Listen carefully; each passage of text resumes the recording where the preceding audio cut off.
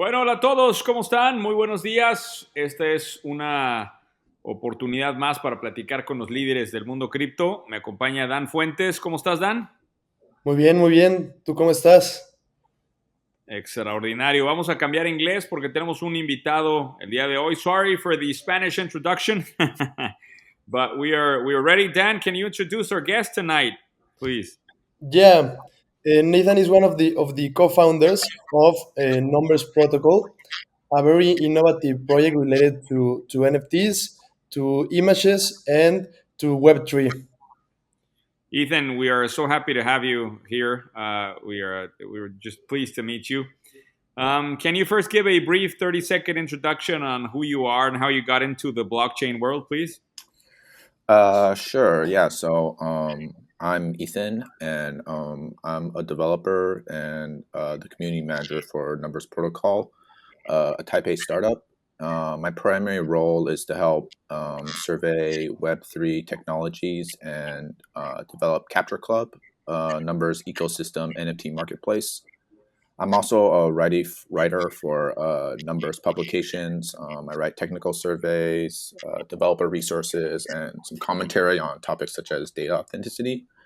I have an engineering background. I have degrees in both chemical engineering and computer science, and got into the blockchain world with numbers, basically.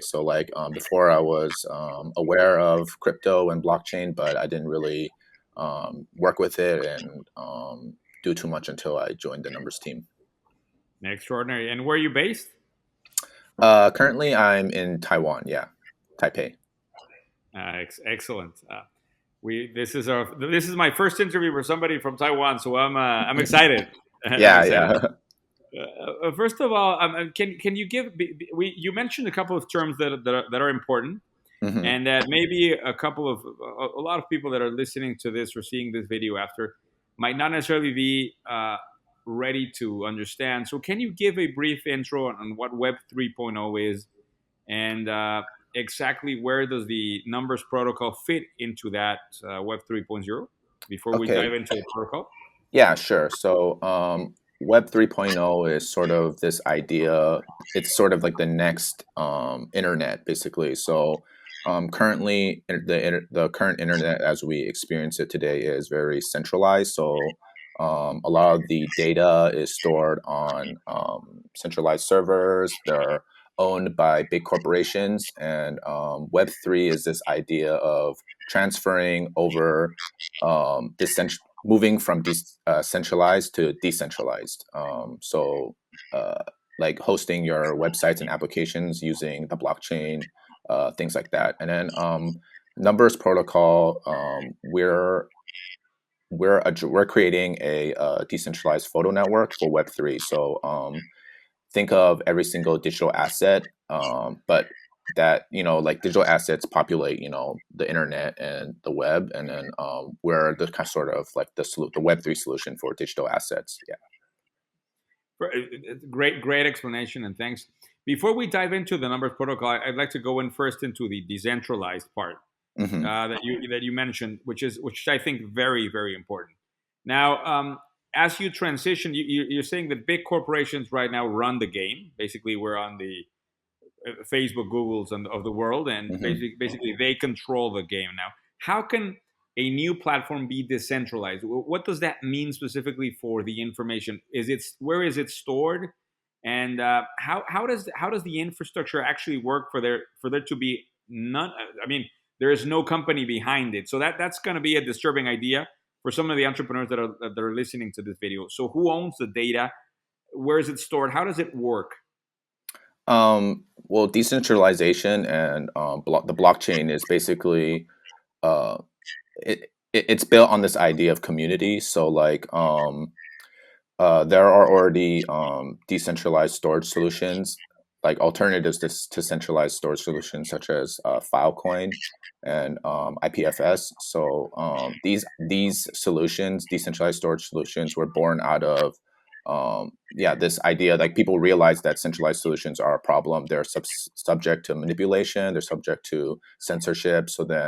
Out of that was born like these decentralized storage solutions. And then who owns the And, I- data? and Basically, obviously, it's just like you're mobilizing the community to provide storage for everything, basically. one of the main concerns on centralized platforms is privacy issues. No, That's correct. we Yeah, are that's correct.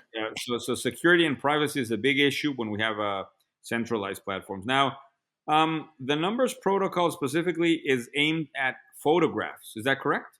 Correct. So we specialize in photographs. We also address videos, but we plan on stretching our reach out in the future to basically all digital media. Okay. Can you tell us? I mean, can you tell us the story with a bit of more of a background? When was the numbers protocol started? I mean, what was the vision behind it? And hmm can you tell us a little bit about the? I know you've accomplished a lot of stuff on the months that you've been working. And can you tell us a little bit about the story and how it has it evolved since the beginning? Sure. So, Numbers Protocol, we were created in 2019, initially as a response to the growing distrust in news media and misinformation on the web. So, like around that time, there was a lot of news with like Cambridge Analytica and like, just all this fake news narrative being, it's still like prevalent right now, like the fake news narratives that out there. So, we were created sort of to address this issue.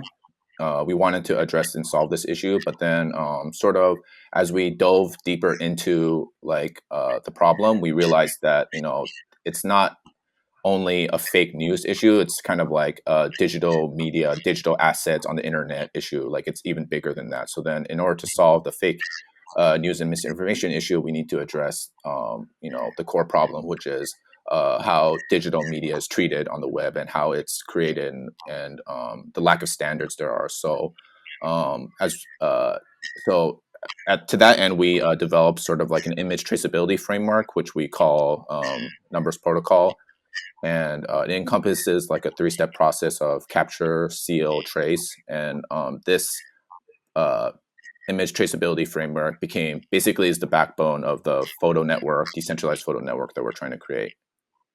So that means that every image that's created in my phone, just say I'll take a picture and it will go into the blockchain, and it will be.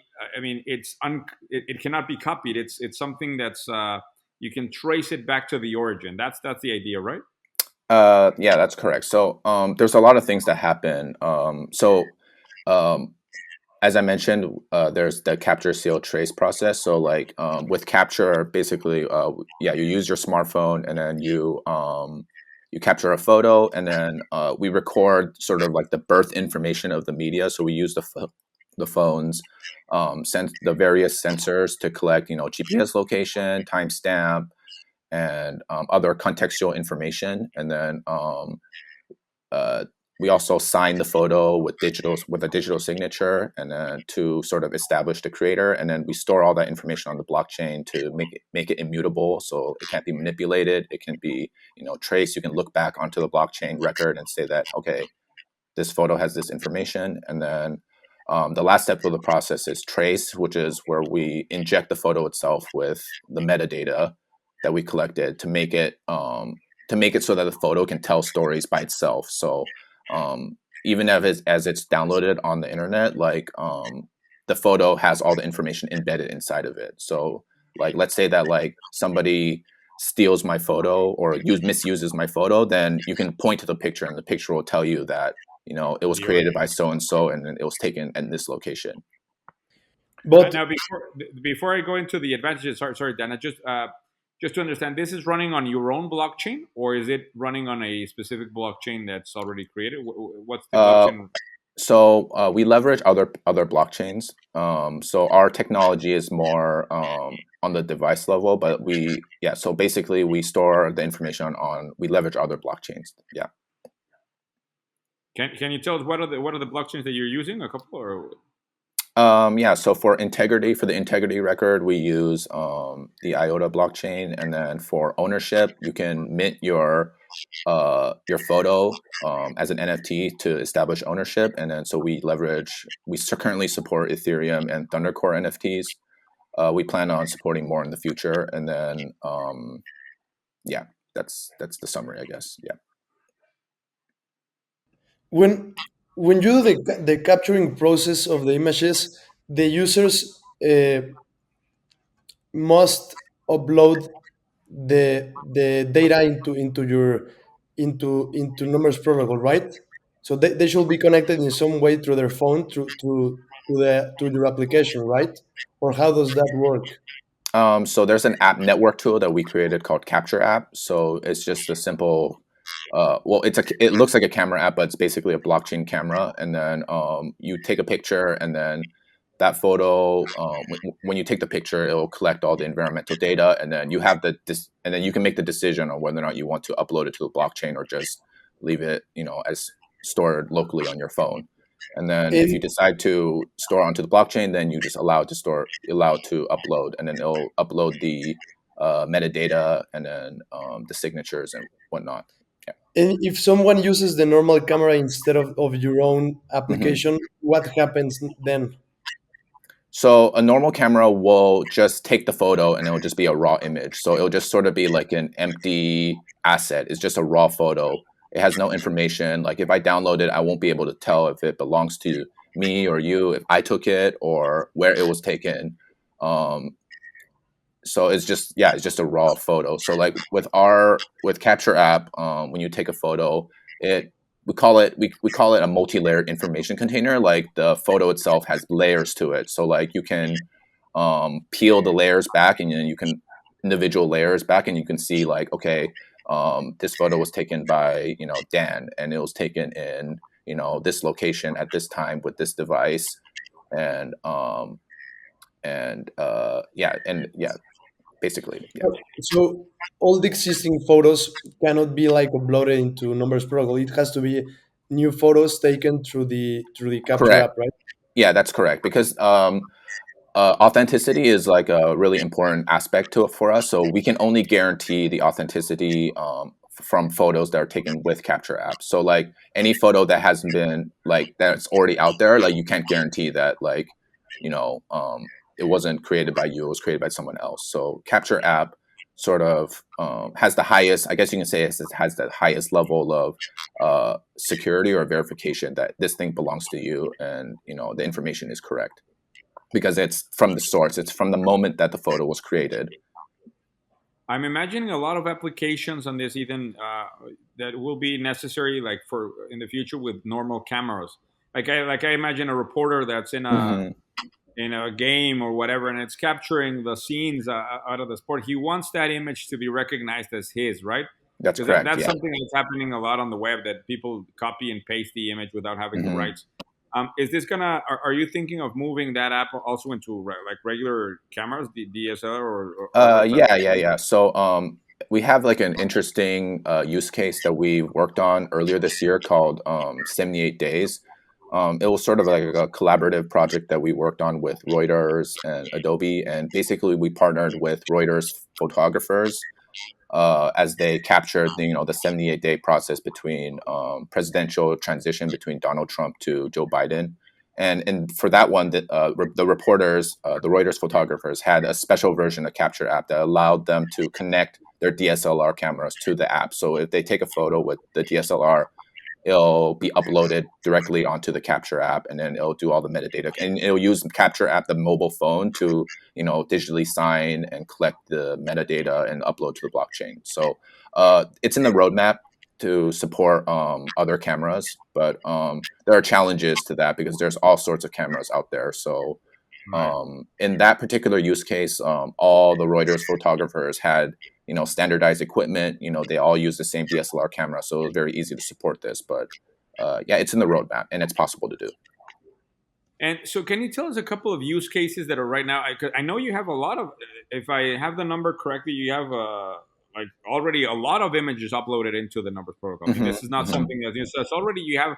And can you tell us a bit about the use case? How many photos have you already have there been uploaded into the protocol? And what are the use cases that are you seeing mostly out of this first batch of images?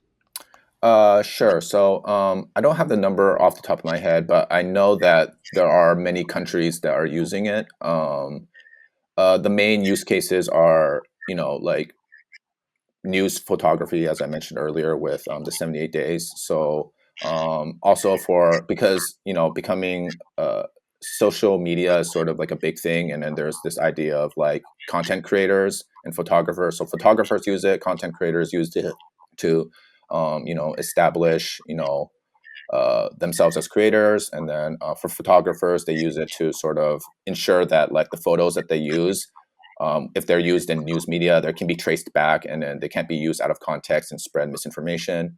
And then it can be used by the common person just for fun to take pictures, and then uh, in the event that I take like a viral photo or something like that, then then this photo is protected. And we also have Capture App also has like this feature where you can mint it as an NFT very easily just within the app. So anybody who's interested in creating a photo NFT can just take a photo, have all the context and digital signatures established, and then also on top of that you can mint it as an NFT, and then you can also sell, list it on a marketplace or something like that. So I think it reaches a wide range of people. So from the casual to professional, yeah. Anything? Are you thinking at some point, or is there a point where there's a transition into a platform where everybody shows the images that are being created, or is it just like a record? Is it going to be, because you mentioned the word social in a couple of the web Mhm. pages? What is How does social work in the contents of Numbers Protocol? Where does the social come from? Okay, yeah, sure. So so as I mentioned earlier, where Capture App is not like the only thing that Numbers Protocol creates. So what we're trying to create, like our long big vision, is sort of creating like this large decentralized photo network. So it's sort of like I guess you can imagine it as a like the Web3 version of Shutterstock, where like it's just like a location where anybody can you can register anybody who has Capture App can register their photos, and then it can be shared on to this platform, this Numbers Protocol network, and then they can be stock photos, or it can be like like people who are in like an area where a protest is happening. They can take a photo, they can share it, and it can be secure. It's on the platform, and then news photographers, like news media sources, can come to our site and purchase purchase the rights, or purchase the or request access to the photo so that they can share on their news media platforms. And then right now, like our ecosystem is somewhat it's not mature, so it's still in the early stages. So we envision our ecosystem to grow even more. So like right now, like in my mind, like we're supporting like a Shutterstock sort of platform, but then out of it can be born other things like a news media platform, a that leverages Numbers Protocol technology, or social like news, like a social media version of Numbers Protocol. I think anything that leverages digital media is like fair game. And there, I mean, I'm assuming that you're imagining an economic ecosystem to be born out there, right?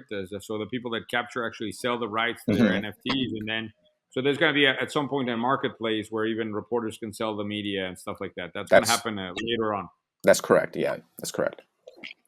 and that's going to be huge for the protocol. Yeah, Uh, yeah. So it's exciting, yeah. And then of course, because it's decentralized, we're of course going to leverage the community. The community is going to be very important in populating the platform, and also for governing the platform, and to ensuring that all the assets on there are authentic and have high integrity. Interesting, very interesting. Now, I know that there's a coin also coming. Yeah, So can you speak a little bit about the coin? yeah. So we're launching our numbers token, and it's a utility token for our decentralized photo network. Um, it's it'll incentivize users to populate the network with captures, the authentic photos and videos, and then it'll also incentivize people to participate in verifying the photos. So I think it's exciting. Yeah, we're really excited about the prospects of the token and just growing the decentralized photo network. And the token would be, I mean, it's at some point related to the success of the amount of images that are being uploaded into the network, right? So there should be a correlation there between the value of the token and the use cases of the protocol. That's what you're expecting, that to be the main driver of the value in the coin, in the token. Right. Yeah. So the token can be used to purchase photos in the network. It can be used to purchase the licensing of the photos. That's one aspect of it. It can also be used to sort of access sort of network applications. So like, let's say that you have like an archive, like a certain set of photos that you really want to make sure that it's accessible. So like, let's say I'm at like a protest or something, and then something happens, and I record it on my phone, and I want everybody to be able to see it, like it doesn't get like censored or anything like that. Then I can use the numbers token to pay for like a decentralized storage service, like pay to store it on Filecoin so that it stays, so it's so that it's accessible to everybody. The token also incentivizes people to create photos. So like right now, like I think so we'll have like community events that will or community calls to have people like take photos of like waterfall or something, and then they can get rewarded for that. And then the token will also be used for verification. So like one thing is like, even if you take a photo like with Capture app and have all like the data stored and stuff like that, I can still say that like I can still have like a very misleading like caption. So for example, like on New Year's, or it's not even New Year's, I can take a picture of fireworks, and then it's in some location, and then I can write a caption that says like, hey, this is New Year's in Taipei, right? Fireworks, right? But then like upload it onto the network. It may have all the integrity information, but then the caption is misleading because maybe I took this photo actually in like California or something like that. So I think we'll leverage the community as well to do some kind of this like community-based verification or cross-checking, and then if they verify and contribute in that way, they'll also be rewarded with Num token as well. Num token can also be very important for the governance. Also, like because a lot of crypto projects must leverage the community because the community is very important. So the token will help. Will help the community. The token will also be like sort of an incentive for governance. Yeah. It sounds very, very exciting. Are you thinking in the mid to long term that there can be a collection of photos created with numbers that are valuable as one of the main collections right now, as the NFT collections you see right now that are booming in OpenSea or something like that? Do you imagine yourself where a set of 10 reporter photographies can be even more valuable than something like a piece of art in the NFT space? Is that the scale you're imagining stuff? For us, not exactly like fixated on like like making money or creating value in that way, like in the hype, like the NFT, like the way NFTs do. I think like even as the NFT boom was happening, like numbers, like when we were investigating NFTs, we were very cautious. We weren't focusing on making like easy money or like profits, like early profits. We were focused on maybe just like the overall integrity of the digital assets, because because in the long term, like that's the most important, right? So like if you think about NFTs now, right? Early 2021, they were crazy. Lots of people were, minting NFTs, making a lot of money. But, you know, as the year is closing, a lot of the NFT problems are starting to pop up, right? So there's still a lot of like, the same problems that regular digital assets like experience, NFTs experience as well. So like, I can download somebody else's photo and I can mint it as my own, and then it's basically a counterfeit. So like what Numbers protocol is always focused on is sort of like the authenticity of the digital assets itself, and that's we see our solution as like the comprehensive solution. So we're focused mainly on ensuring the assets themselves have high integrity, are authentic, and that they aren't like being misused in any way. And then from there, we'll create value just because the assets themselves inherently have value. Yeah, from being authentic.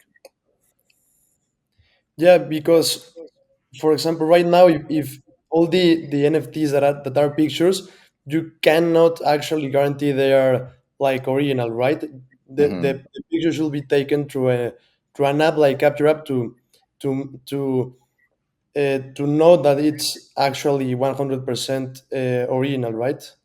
Yeah, that's correct. So like, if you look at certain like, so there are several issues with the NFT like industry right now. So like the first being a lot of platforms for a long time they have like open mint in order to be accessible to the normal person. They have open minting policies. That means that like there's no like approval process or anything like that. Before you mint an NFT. So that means like anybody can just download a photo off the internet, like a popular NFT for even like maybe a crypto punk. I can just like download it and then I'll mint it as my own engine and then just sell it, right? Um, Also, like there are each NFT should have some metadata injected into it, but then the metadata standards are sort of like not really established. So they just don't have there's not it's not very informative. So Numbers protocol, we always focused on, like I mentioned earlier, the authenticity and how we can make the assets sort of speak for themselves and have value. So that's why we collect context, because when you collect context of when the photo was created, you're basically like making them unique, because no photo like even if I take the same photo of like the sunrise, like you can't replicate the circumstances that they were created, right? I could have taken this one in 2021 in this location at this time, and then somebody else may have taken the same photo, but it's slightly different. The timing is slightly different. So by collecting the context, like we're effectively making each asset unique, and then like one of a kind, basically. Yeah. So also the another part of the decentralized photo network is that like instead of just storing it, we're basically registering assets onto the network. So each asset on our network will have like a special ID, like it's called a CID. So that's sort of like a unique identifier. Yeah.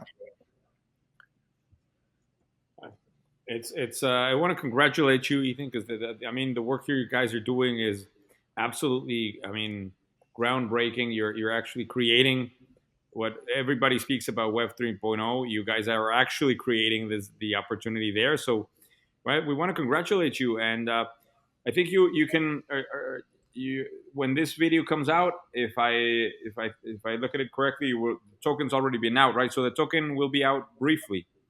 If you want to invite people to invest or to where can they actually access the token itself? Yeah, sure. So currently we're in the public sales stage. So then our token will be listed on centralized exchange on November 18th. You can go to Gate.io to purchase it, and then it'll also be listed on decentralized exchange, so they can be accessed through Uniswap and PancakeSwap on the same date, November 18th. I also saw that you have Steve Chen, the co-founder of YouTube, and Kevin Lin, the co-founder of Twitch, as investors. Do they have like an advisor role or something, or they just invested through a fund or? Um, as far as I know, they we do consult them on certain things. Yeah, so they do have some. We do share some of our progress and then get some of their opinions. Yeah. Awesome. Well, Ethan, thank you. We want to thank you for your time. Congratulations on what you guys are doing, and we hope we see you soon.